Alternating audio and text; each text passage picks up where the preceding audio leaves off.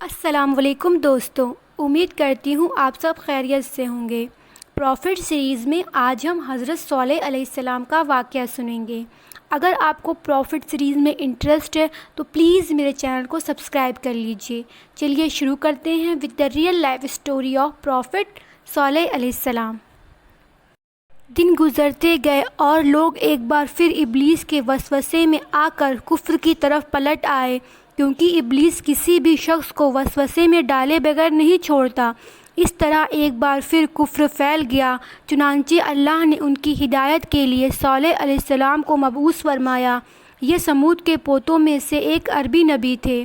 صالح علیہ السلام کا تعلق قوم سمود سے تھا اور یہ قوم عاد کی نسل سے تھی۔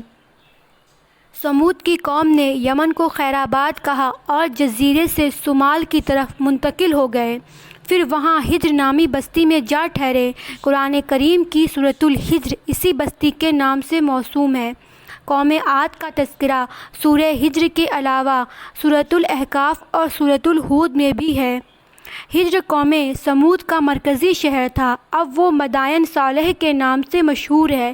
یہ شہر مدینہ منورہ سے شمال مغرب میں 380 کلومیٹر کے فاصلے پر واقع ہے۔ یہ لوگ بھی پہاڑوں کو تراش کر گھر بناتے تھے۔ یہ صنعت اور کاریگری انہیں قوم عاد سے وراثت میں پائی تھی۔ آپ نبوت ملنے سے پہلے بھی عقل مند اور علم والے تھے، باعزت گھرانے سے تعلق رکھتے تھے۔ اپنے معاملات میں لوگ آپ سے مشورہ لیتے تھے، لہٰذا انہیں ایک خاص مقام حاصل تھا۔ لیکن جب آپ نے انہیں ایک اللہ پر ایمان لانے، اس کے سوا کسی کی عبادت نہ کرنے کی دعوت دی تو سب نے ان کا ساتھ چھوڑ گئے۔ جواب میں ان سے کہنے لگے، اے صالح، اس سے پہلے تو ہم تجھ سے بہت ہی امیدیں لگائے ہوئے تھے۔ مطلب یہ کہ پہلے تو ہمارے نزدیک آپ کا مرتبہ بہت تھا، مقام تھا، آپ سے بہت امیدیں تھیں، لیکن آپ نے تو یہ باتیں کہہ کر ہماری ساری امیدوں پہ پانی پھیر دیا۔ اس کے جواب کے باوجود صالح علیہ السلام انہیں اللہ کی طرف بلاتے رہے اور ان سے کہتے رہے، میری قوم، اللہ کی عبادت کرو، اس کے سوا تمہارا کوئی معبود نہیں۔ صالح علیہ السلام نے ہود علیہ السلام کی طرح اپنی قوم کو نصیحت کی، لیکن ان ظالموں نے بھی اسی طرح کفر کیا جیسے قوم عاد نے کیا تھا۔ کہنے لگے، یہ کیسے ہو سکتا ہے کہ ہم اپنے میں سے ایک شخص کے تابع ہو جائیں؟ اس اکیلے کی اتنی زیادہ فضیلت کی آخر کیا وجہ ہے؟ ہم نہیں مان سکتے کہ ہم میں سے صرف اسی ایک پر ہی اللہ کی باتیں نازل ہوتی ہیں۔ پھر وہ اس سے بھی آگے بڑھے اور اللہ کے نبی کو کھلے الفاظ میں پہلے درجے کا جھوٹا کہا، جادوگر کہا۔ پھر یہ سرکش اور کافر لوگ صالح علیہ السلام کے ساتھ ایمان لانے والے کمزور غریب لوگوں کو مخاطب کر کر کہنے لگے، کیا تم صالح پر ایمان رکھتے ہو؟ ہم تو اس کے منکر ہیں۔ اس طرح صالح علیہ السلام دن رات انہیں دعوت دیتے رہے، یہاں تک کہ یہ لوگ صالح علیہ السلام سے کہنے لگے، تم نے اور تمہارے ساتھیوں نے ہمارے اندر نحوست پھیلا رکھی ہے اور اسی لیے ہم مشکلات اور مسائل کا شکار ہیں، لہٰذا تم ہم سے دور ہو جاؤ۔ صالح علیہ السلام نے انہیں جواب دیا، تم پر نحوست اللہ کی طرف سے ہے، تم فتنے میں پڑے ہوئے لوگ ہو۔ پھر اس کے بعد وہ لوگ صالح علیہ السلام سے مکمل طور پر دشمنی رکھنے لگے اور انہوں نے آپ کو یہاں تک کہہ دیا کہ آپ ہماری مجلس میں نہ آیا کریں، اور کہنے لگے، اگر تو سچا ہے تو کوئی معجزہ لے آ، لیکن وہ معجزہ ہماری مرضی کے مطابق ہو، اس صورت میں ہم ضرور ایمان لے آئیں گے۔ آپ ایسا کریں کہ بستی کے کنارے پتھریلی چٹان میں سے ایک دودھ دینے والی 10 مہینے کی حاملہ اونٹنی نکالیں، اس کا رنگ سرخ ہو۔ صالح علیہ السلام سے یہ مطالبہ کر کے وہ لوگ ایک طرف بیٹھ گئے اور مذاق اڑانے لگے۔ ایک کہنے لگا، اونٹنی 10 مہینے کی ہو، حاملہ ہو۔ دوسرا کہنے لگا، لازمی طور پر اس کا رنگ سرخ ہو۔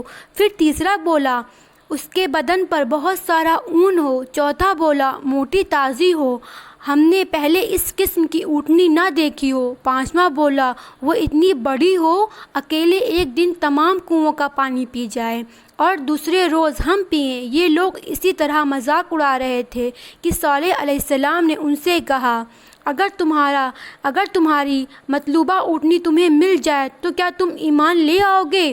سب نے مل کر کہا ہاں ہم ضرور ایمان لے آئیں گے۔ صالح علیہ السلام نے فرمایا تب تم لوگ سب لوگوں کو ایک جگہ جمع کر لو۔ مقرر دن سب لوگ ایک جگہ جمع ہو گئے۔ ان کی موجودگی میں صالح علیہ السلام نے اللہ سے دعا کی۔ زمین پر زلزلہ طاری ہوا، ان کے آنکھوں کے سامنے چٹان پھٹی اور اس میں سے بالکل ویسی ہی اونٹنی نکلی جیسا وہ لوگ بول رہے تھے۔ انہوں نے اپنی زندگی میں ایسی اونٹنی کبھی نہیں دیکھی تھی۔ اس میں وہ تمام صفات موجود تھی جس کا ذکر ان لوگوں نے کیا تھا۔ اس اونٹنی کو کیونکہ کسی اونٹنی نے جنم نہیں دیا تھا اس لیے اس کو ناقۃ اللہ یعنی اللہ کی اونٹنی کہا گیا۔ پھر صالح علیہ السلام نے فرمایا اے لوگوں سن لو، ایک دن یہ اونٹنی پانی پیے گی اور ایک دن تم پیو گے۔ تم میں سے کوئی اسے تکلیف نہ پہنچائے ورنہ اللہ کا بدترین عذاب تم پر نازل ہوگا۔ اس نشانی کو دیکھ کر لوگ دو گروہوں میں بٹ گئے۔ بہت کم لوگوں نے صالح علیہ السلام کی پیروی کی اور ان پر ایمان لائے، جبکہ اکثر لوگ پھر بھی اپنے کفر پر ڈٹے رہے۔ اللہ تعالیٰ فرماتے ہیں ان لوگوں نے خود معجزے کا مطالبہ کیا تھا لیکن اس کو اپنی آنکھوں سے دیکھنے کے باوجود ظلم پر اڑے رہے اور کفر پر اصرار کرتے رہے۔ وہ لوگ اس اونٹنی کو دیکھ کر تعجب ضرور ہوئے لیکن ایمان پھر بھی بہت کم لوگ لائے، حالانکہ اس نشانی کے بعد انہیں چاہیے تھا کہ ایمان لے آئیں۔ پھر ایک دن قوم کے سرداروں نے مشورہ کیا کہ اگر ہم نے صالح کو اسی طرح چھوڑ دیا تو کہیں لوگ ہمیں نہ چھوڑ دیں اور صالح کے پیروکار نہ بن جائیں۔ اس اونٹنی نے تو ہمیں مصیبت میں ڈال دیا ہے، ہم پورا ایک دن پانی کو چھو بھی نہیں سکتے کیونکہ یہ سارا دن پانی پیتی رہتی ہے۔ پھر یہ اس قدر دیو ہیکل ہے کہ اسے دیکھ کر ہماری بکریاں بھاگ جاتی ہیں، اونٹ اسے دیکھ کے خوف زدہ ہو جاتے ہیں، لہٰذا ہمیں چاہیے کہ اس سے چھٹکارا حاصل کریں۔ وہ آپس میں مشورہ کرتے رہے۔ آخر کار انہوں نے ایک آدمی منتخب کیا۔ موقرین کا اس پر اتفاق ہے کہ اس کا نام قدار بن شافل تھا، اس کے ساتھ اس کا ایک اور ساتھی بھی تھا۔ ان دونوں نے مل کر اونٹنی کا قتل کیا۔ اونٹنی پر حملہ ہوتے ہی اس کا بچہ بھاگ نکلا۔ وہ پہاڑ کی چوٹی پہ چڑھ گیا، 3 مرتبہ بلبلایا، یہ بخت اس کے پیچھے بھاگے اور آخر کار اسے بھی قتل کر دیا۔ پھر تمام بستی والے جمع ہوئے، اونٹنی اور اس کے بچے کا گوشت تیار کیا اور مزے کے ساتھ اس کو کھایا۔ اس جرم میں ان سب نے شرکت کی، البتہ وہ لوگ جو صالح علیہ السلام پر ایمان لے آئے تھے وہ الگ تھلگ رہے۔ صالح علیہ السلام کو جب یہ خبر ملی تو وہ گھبرائے ہوئے اونٹنی کے پاس پہنچے۔ اونٹنی بے جان پڑی ہوئی تھی، اس کا بچہ بھی بے جان تھا، لوگ اس کے ارد گرد جمع تھے اور ان کا گوشت کھا رہے تھے۔ اس وقت صالح علیہ السلام نے ان سے کہا کہ اچھا تم 3 دن تک اپنے گھروں میں رہ سہ لو، یہ وعدہ جھوٹا نہیں ہے، مطلب یہ کہ تمہیں صرف 3 دن کی مہلت ہے، اس کے بعد تم سب کے سب ہلاک کیے جاؤ گے۔ وہ صالح علیہ السلام کی بات کو رد کرتے ہوئے انہیں دھمکیاں دینے لگے کہ جس عذابوں کا تو ہم سے وعدہ کر رہا ہے اگر تو سچا ہے تو ان کو ہم پر نازل کر دے۔ چنانچہ صالح علیہ السلام نے اپنے ساتھیوں کے ساتھ اس بستی کو چھوڑ دیا، یعنی وہ ہجر کے علاقے سے نکل گئے۔ صبح ہوئی تو لوگوں نے ایک عجیب منظر دیکھا۔ قوم سمود کے تمام لوگوں کے چہرے زرد پڑ چکے تھے، وہ سب رونے لگے کیونکہ عذاب کے آثار شروع ہو چکے تھے۔ دوسرے دن تمام لوگوں کے چہرے آگ کی طرح سرخ ہو گئے اور تیسرے دن تمام کے چہرے سیاہ ہو چکے تھے۔ اپنی یہ حالت دیکھ کر وہ سب لوگ رونے لگے اور چیخ و پکار کرنے لگے، اپنی قبریں کھودنے لگے۔